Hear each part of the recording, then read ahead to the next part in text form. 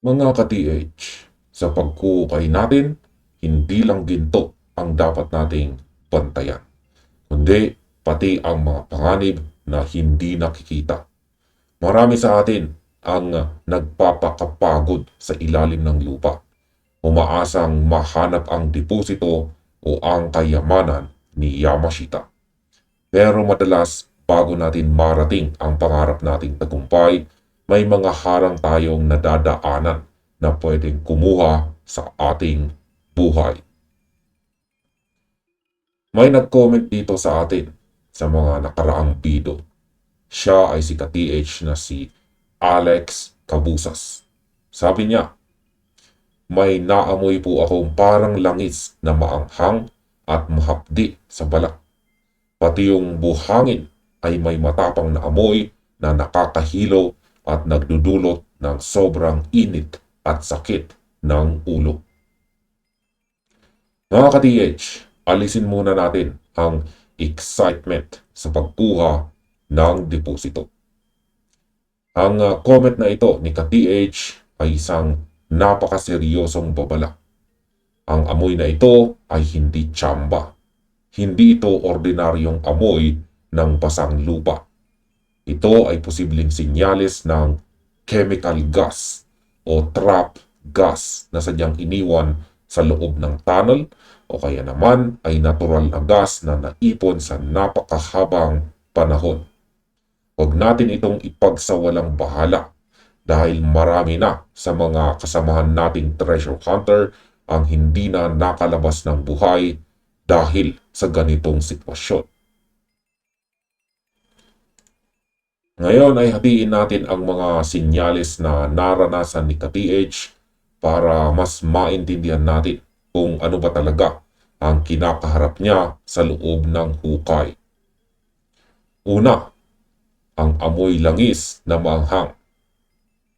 Sa sarili kong pagbasa at pagsusuri, ang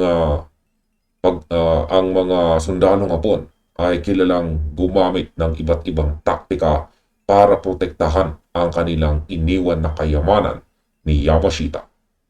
Hindi lang basta bomba o gumuguhong lupa ang ginawa nilang bitag.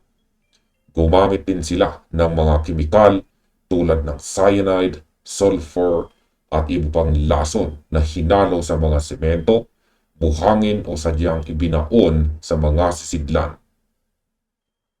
Kapag ang buhangin mismo ay may matapang na amoy na parang langis na manghang, malamang na iyan ay kemikal na hinalo ng mga sundalong Hapon para magsilbing lason sa sinumang magtatangkang kumuha ng deposito ng walang sapat na kaalaman.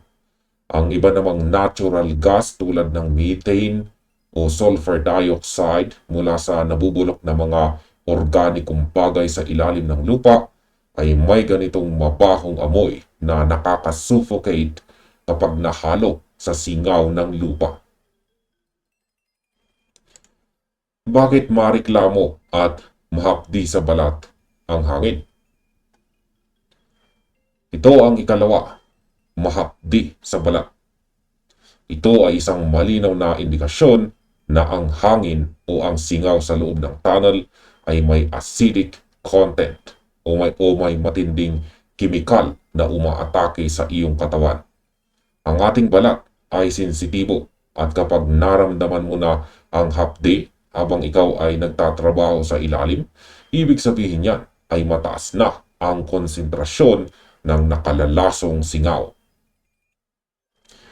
Sa aking karanasan bilang isang treasure hunter, ang singaw ng cyanide o kimikal na ginamit ng mga sundalong Hapon ay sumasama sa halumigmig o moisture sa loob ng tunnel. Kapag dumikit ito sa iyong pawis, magre-react ito at magiging sanhi ng pangangati, pamumula at matinding hapdi. Kung ang balat mo nga ay nahahapdi na, isipin mo na lang kung ano ang pwedeng mangyari sa iyong baga kapag direkta mo itong nalanghap. Ang ikatlo, ito naman ang nakakahilo, sobrang init at sakit ng ulo. Ito ang pinakamapanganib na sinyalis mga ka-TH. Kapag nakaramdam ka na ng ganito, ibig sabihin ay pumasok na sa sistema ng katawan mo ang lason. O kaya naman ay nakakaranas ka na ng hypoxia o ang matinding kakulangan sa oxygen.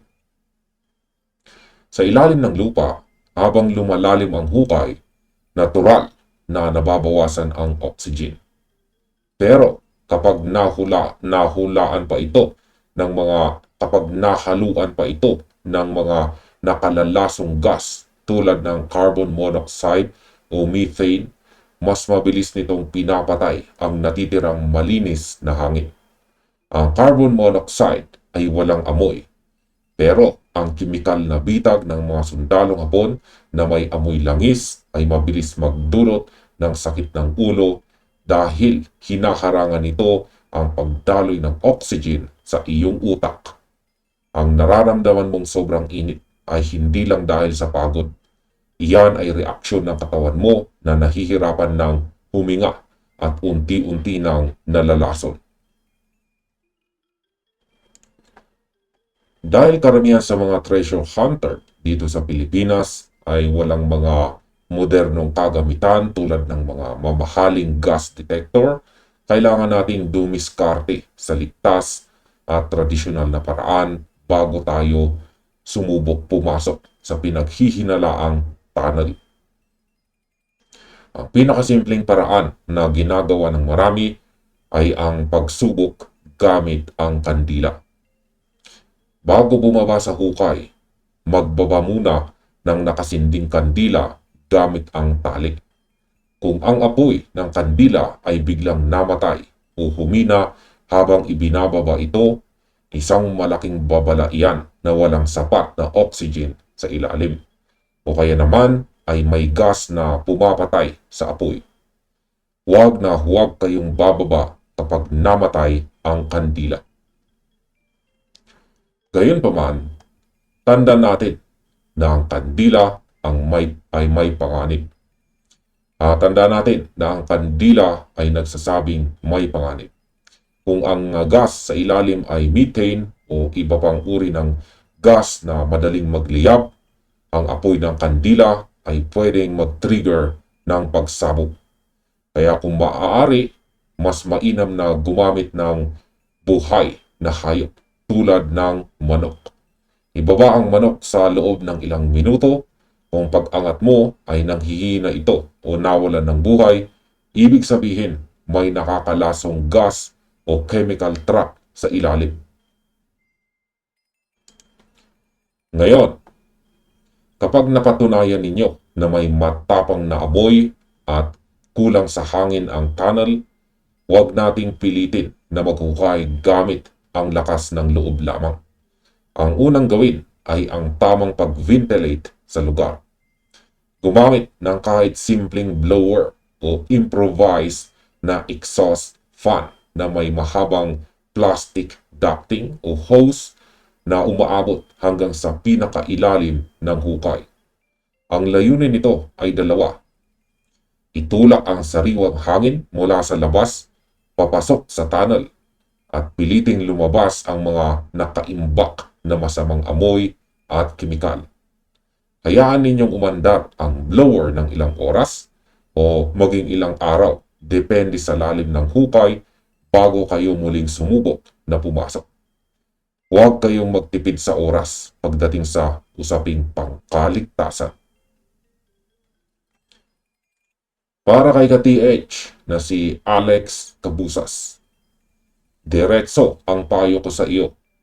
Huwag mo nang baliwalain ang nararamdaman mo. Kung naramdaman mo na kapag naramdaman mo na ang mga sintomas na iyon, ang pinakatamang hakbang ay ang agadang pag-evacuate. Lumabas agad kayo ng tunnel ng mga kasamahan mo. Walang halaga ng deposito o kayamanan ni Yamashita ang makatutumbas sa buhay mo o ng mga kasama mo sa grupo. Ang ginto ay pwedeng mag-antay, pwedeng balikan kapag ligtas na ang area, pero ang buhay kapag nawala, hindi na pwedeng bawiin. magpahinga muna kayo, palamigin ang ulo at gawin ang mga tamang proseso ng pagpapalabas ng hangin bago muling magpatuloy. Kayo mga ka-TH, nakaranas na ba kayo ng ganitong amoy habang naghuhukay? Ano ang ginawa ninyo para masolusyonan ang ganitong problema sa inyong lugar? I-comment ninyo ang inyong mga karanasan sa ibaba para matuto ang lahat at makaiwas sa kapahamakan ang ating mga kasamahan. At dito na nagtatapos ang video na ito. Maraming salamat sa inyong panonood at happy treasure hunting sa inyong lahat.